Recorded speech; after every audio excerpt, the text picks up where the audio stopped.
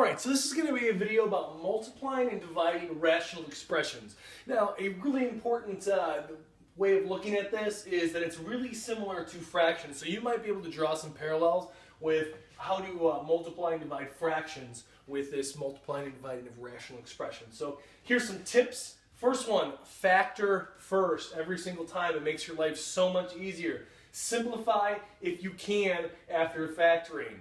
Okay, for multiplying, make sure you multiply across. If you're dividing, then multiply by the reciprocal. And then really I should add a fourth rule here. And that fourth rule should be to simplify again. Okay, it's really important to simplify your final answer. All right, to go over this, I have an example right here where I have a rational expression times another rational expression. So again, you might want to just pause it right here, try to solve this problem on your own, and then once you're done, hit play, and then see if it matches up with what I did. So here we go, pause it.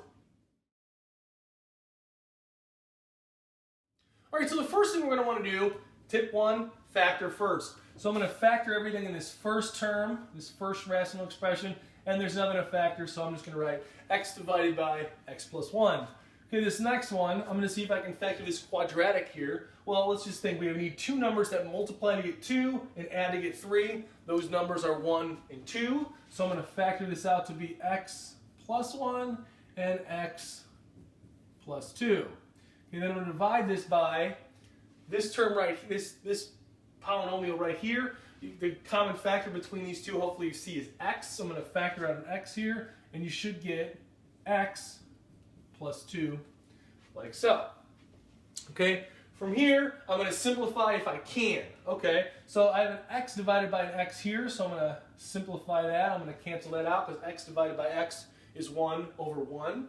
Okay, right here I have an x plus 2 and an x plus 2, so I'm going to cancel that out right here. And then lastly, I have an x plus 1 and an x plus 1. So it turns out that every single thing I have up here cancels out perfectly, and you end up with 1 times 1 times 1 divided by 1 times 1 times 1 to be equal to 1. Now they're all not going to break down that easily to be 1. But this one I just kind of chose an easy example to do that's going to break down to 1. But make sure you follow these rules right here when multiplying and dividing rational expressions. If you have any questions about this, let me know.